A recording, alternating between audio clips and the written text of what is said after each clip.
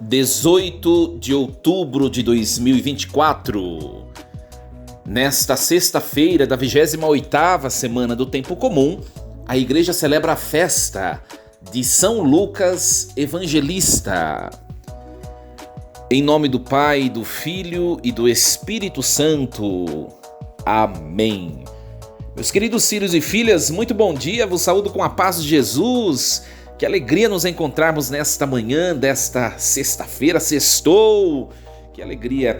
E hoje, meus queridos, partilho com vocês, uma grande alegria, nós estamos agora, além das mídias e dos aplicativos que nós já estávamos, né?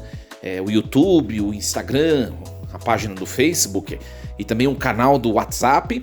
Agora nós estamos também no Spotify. Você que escuta músicas diversas no Spotify, sigam o nosso perfil, Padre Diego Araújo. Vai lá, siga o nosso podcast, o nosso perfil, e você pode escutar no carro, no fone de ouvido, como você escuta música, também escutar as nossas mensagens, homilias e reflexões diárias. Peço a vocês que curtam esses materiais para que eles possam ser promovidos pelas redes sociais. Uma alegria! E hoje nós celebramos a festa de São Lucas, sextou com São Lucas. São Lucas foi o escritor, né, o remetente, tanto do Evangelho de Lucas, quanto também do livro dos Atos dos Apóstolos. Como nós sabemos que Lucas é o escritor ou remetente desses dois textos? Por causa do destinatário. Se eu pegar lá no comecinho do Evangelho e também no comecinho do livro dos Atos dos Apóstolos, o texto será endereçado a um tal Teófilo, né? A palavra Theos significa Deus e Philos significa amigo, amigo de Deus, né? É um tal homem que é amigo de Deus. Lucas, ele endereça esses textos para o mesmo destinatário. Então, os exegetas, e também pela característica dos textos, né, que são iguais, os exegetas chancelam. Foi Lucas quem escreveu.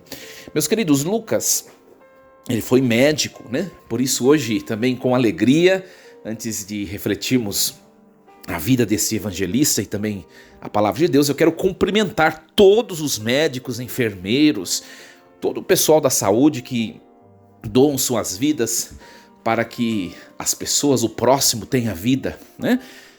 O nosso abraço, o meu abraço fraterno a todos os médicos de maneira muito especial. Também de maneira especial os médicos que são meus amigos próximos. Meus parabéns e que São Lucas interceda por vocês, seus sonhos, necessidades e projetos. São Lucas, depois de se converter, ele vai passar a ser discípulo de São Paulo apóstolo, né? Nós vamos ouvir a leitura que a igreja nos propõe hoje, né? Que vai mencionar Lucas como discípulo de Paulo. E Lucas, inclusive, vai acompanhá-lo ao termo da sua vida, que é o texto que nós vamos ouvir hoje, né? Ele vai ser fiel seguidor de São Paulo apóstolo. Só que nós vemos nos evangelhos uma característica que é bastante curiosa.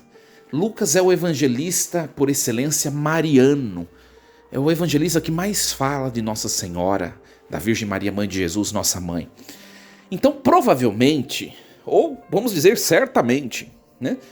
Lucas, ele escutou a Virgem Maria descrever todo o trajeto da sua caminhada nessa terra. Provavelmente depois da morte de Paulo, Lucas conviveu com a Virgem Maria e ela ditou tudo aquilo que está nos seus evangelhos e que não está nos outros. Por exemplo, nos evangelhos de Lucas nós temos toda a narrativa do nascimento, da concepção da Virgem Maria, o anjo que aparece a Nossa Senhora, a Virgem Maria, né? A saudação, o que não tem nos outros evangelhos, né? Nos outros evangelistas. Nós temos a visita de Maria a Santa Isabel, nós temos o anjo que também aparece para Zacarias, e depois nós vemos o nascimento de João Batista, coisas que só tem nesse evangelho. Então, provavelmente Lucas se deitou nos braços de Maria, escutou tanto testemunho e ele pôde, de maneira muito privilegiada, escrever tudo o que a mãe do Senhor assim o relatou. É muito bonito isso, né? O evangelista mariano. Também tem várias outras passagens que estão só no Evangelho de Lucas, né? A perda e o reencontro do menino Jesus no templo, quando ele se perde, quando tinha 12 anos, a parábola do bom samaritano, né, a parábola do filho pródigo, também no relato da cura da sogra de Pedro, né, que está em outro evangelho, mas em Lucas ele diz qual enfermidade que acomete aquela mulher, que é a febre, né? Um detalhe importantíssimo, né? Também no evangelho de Lucas, somente no evangelho de Lucas está o relato dos discípulos de Emaús, tão bonito, tão conhecido.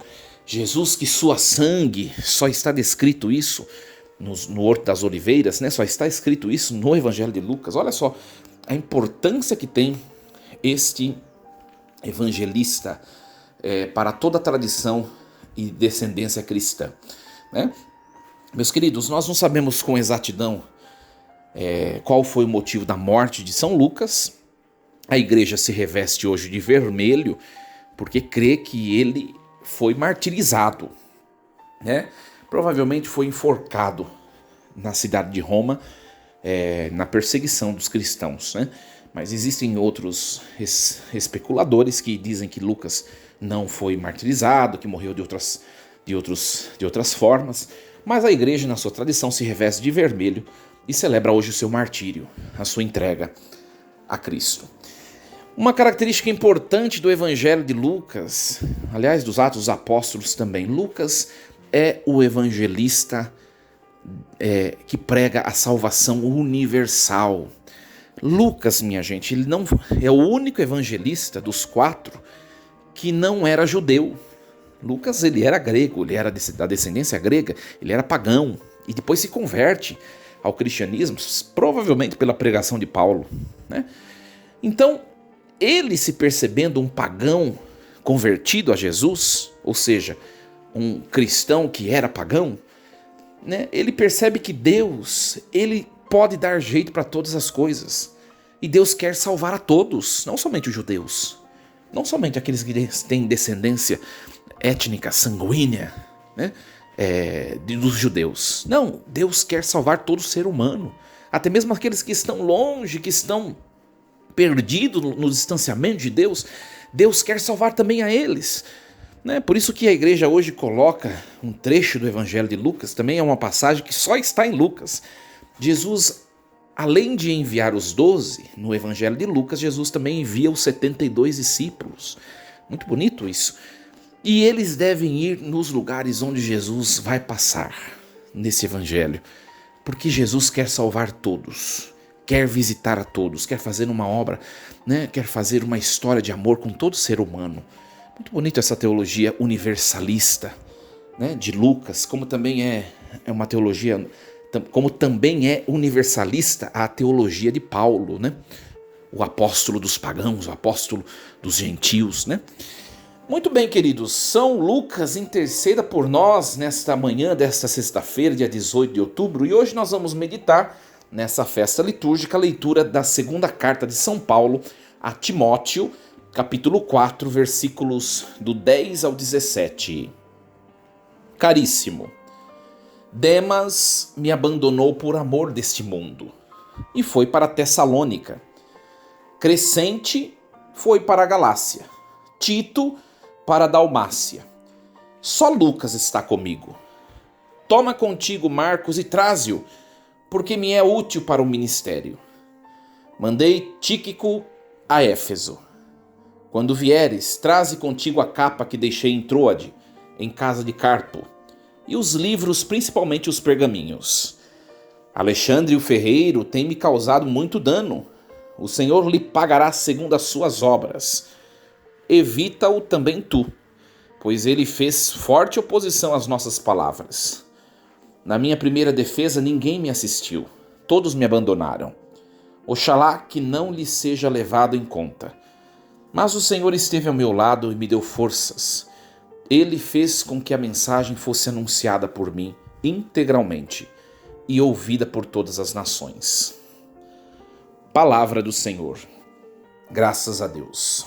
Meus queridos, Paulo, nessa segunda carta de Timóteo, né, a Timóteo, ele está num momento derradeiro da sua caminhada e ele se percebe muito sozinho, né? Demas voltou para a vida devassa, voltou para a vida do mundo, né? É assim, na caminhada cristã tem gente que se enche de euforia, começa a caminhar na igreja e dali a pouco some da igreja e volta para a vida,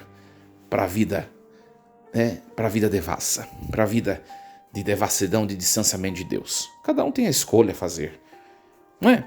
Cada um tem uma escolha. Depois, Paulo também tinha outras pessoas que lhe eram próximas. Um tal Crescente, mas esse Crescente foi longe, foi para a Galácia. Tito foi para a Dalmácia, né? Ou seja, uma coisa importante desse texto para nós, minha gente, às vezes nós temos que ter o discernimento de percebermos as pessoas que Deus colocou para permanecer junto de nós, né? Eu passei também na minha experiência, partilhando um pouquinho da minha experiência de amizades, por muitas decepções. Porque as pessoas, geralmente, elas só querem ser buscadas, elas só querem ser servidas, elas só querem ser lembradas, elas só querem ser paparicadas, elas só querem, né? Só que as pessoas esquecem que também o outro também gosta de carinho, precisa ser buscado, precisa ser valorizado, precisa ser visitado. Eu experimentei muito isso na minha vida pessoal, sabe? Enquanto muitas pessoas, enquanto eu ia até elas, essas pessoas estavam comigo. Quando a gente para e percebe que só você que se esforça pelo outro, você para, você recua, né? Muita gente foi embora. Acabou a amizade. Por quê? Porque só o outro. E olha, parando para falar um pouquinho nessa questão dos relacionamentos, um relacionamento de Deus, um relacionamento sadio, ele exige esforços de todas as partes, né? Eu não sei como você é nos seus relacionamentos, só que se você só fica esperando as coisas dos outros, dê um pouquinho de você também, se esforce um pouquinho você, né? E nessa caminhada de egoísmo, de egocentrismo, muita gente vai embora, muita gente fica esquecida, muita gente passa pela nossa vida e não volta mais. E louvado seja Deus! Louvado seja Deus, porque o que é de Deus permanece. O que possui uma caridade recíproca permanece. Permanece. E Paulo se vê sozinho, muita gente foi embora, muita gente o deixou. Louvado seja Deus. E ele diz uma frase, né? Que a igreja colocou esse texto por causa dessa frase. Olha só no versículo 11. Só Lucas está comigo. Olha só Lucas permaneceu comigo. E hoje nós celebramos São Lucas, né? O companheiro de Paulo. Olha, a vida é assim. Eu vou dizer a você, valorize as pessoas que em algum momento da vida delas, elas se esforçaram por você. Pare de valorizar pessoas que não estão nem aí com você, que não dão o mínimo esforço para estar com você, não dão o mínimo esforço para que você seja beneficiado. Valorize aquelas que já derramaram suor por você, aquelas que já choraram por você, né? Nós temos que aprender isso. Eu não estou dizendo que nós temos que ser excludentes, não. Só que a gente vai amadurecendo, a gente vai percebendo que a gente precisa dar valor àquilo que é nosso. E olha, eu sempre brinco nos meus círculos de amigos, né? Eu brinco, às vezes falo que eu tô com ciúmes daquele, daquela, né? Só que, na verdade, o ciúme não vem de Deus, né? Eu procuro não ficar muito apegado nesses sentimentos. De verdade, não tenho, né? É claro, às vezes eu brinco tudo. Só que eu tenho consciência o quê? O que é meu, ninguém vai tirar. O que de fato é meu, ninguém tira, né? O espaço que nós temos no coração de outrem, ele é nosso, nós temos que ter consciência disso. Não precisa de inveja, não precisa de ciúmes e não precisa também de ficar se rebaixando, de ficar se humilhando por aquilo que não é seu. Paulo se vê sozinho, louvado seja Deus, foi Lucas quem permaneceu com ele. Com toda certeza ele valorizou Lucas, né? E ele ainda pede, vai lá Lucas e chame Marcos, para que ele venha junto de nós, porque nós precisamos dele. Ou seja, né, olhe quem está à sua disposição, né, e abrace aqueles que estão à sua disposição. Às vezes, minha gente, a gente não valoriza aquilo que está à nossa disposição e a gente fica valorizando coisas que não são mais nossas. E a vida vai passando, e a vida vai passando. Outra coisa que o texto nos sugere, olha que bonita reflexão hoje, né? Paulo fala de um tal Alexandre o Ferreiro, que o prejudicou de alguma maneira, não sei o que fez esse Alexandre para Paulo. Mas Paulo diz o seguinte: o Senhor lhe pagará segundo as suas obras. Ou seja, às vezes, minha gente, a gente vê uma pessoa que nos decepciona, né? E às vezes a gente fica querendo fazer juízo por nossas próprias iniciativas. Não, deixe que Deus vai fazer juízo. Deus vai fazer juízo. Né? Alguém que te machucou, alguém que te magoou, alguém te prejudicou, né? Simplesmente perdoe e siga sua vida, continue a viver e entregue nas mãos de Deus, que Ele é juiz. Olha, não há nada neste mundo que não seja justificado. Não há nada. Né? Não há nada. E é isso que Paulo faz. É Deus quem vai julgar, vai pagar segundo suas obras. E toma cuidado com essa pessoa. Né? Toma cuidado com essa pessoa. Olha, Paulo, ele exorta o seu destinatário a tomar cuidado com aquele que também o prejudicou. Né? E ele termina a frase, o texto de hoje, dizendo que ele se sentiu muito sozinho. Quando ele foi acusado, preso, ninguém o defendeu, ninguém permaneceu com ele, todos o abandonaram. Né? Mas ele diz assim: o Senhor esteve ao meu lado, me dando forças. E Ele fez com que a minha mensagem fosse ouvida por todas as nações. Né? Quantas vezes também nós nos sentimos sozinhos, né? Quantas vezes nós nos decepcionamos com pessoas que simplesmente acabaram ignorando a gente, passaram por nós. E nós amávamos essas pessoas. A vida é assim, minha gente. Vida que segue. Vida que segue. Por isso, se alguma coisa te é cara, valorize, busque, né? Uma amizade verdadeira, eu sempre digo isso, ela precisa ser regada, porque uma amizade verdadeira ela é frágil, como uma rosa, que precisa ser regada, que precisa ser cuidada, que precisa de zelo, né? Agora, aquilo que você percebe que não é seu, vida que segue. Vida que segue. É triste um pouco essa verdade? É triste. Às vezes é triste algumas coisas que nos acontecem, né? Mas a gente não pode ficar também se prostrado diante de coisas que nos desanimam e nos entristece. Vida que segue. Bola pra frente. Que Deus nos ajude a compreender esse mistério. São Lucas, interceda por todos nós. Desejo a você um bom fim de semana. Sextou, aproveite esse fim de semana para conviver, para abraçar, para manifestar o amor que você tem para com aqueles que Deus colocou na sua vida, na sua caminhada. Força e coragem, em nome do Pai, do Filho e do Espírito Santo. Amém. E lembremos-nos sempre, Deus está no comando de tudo.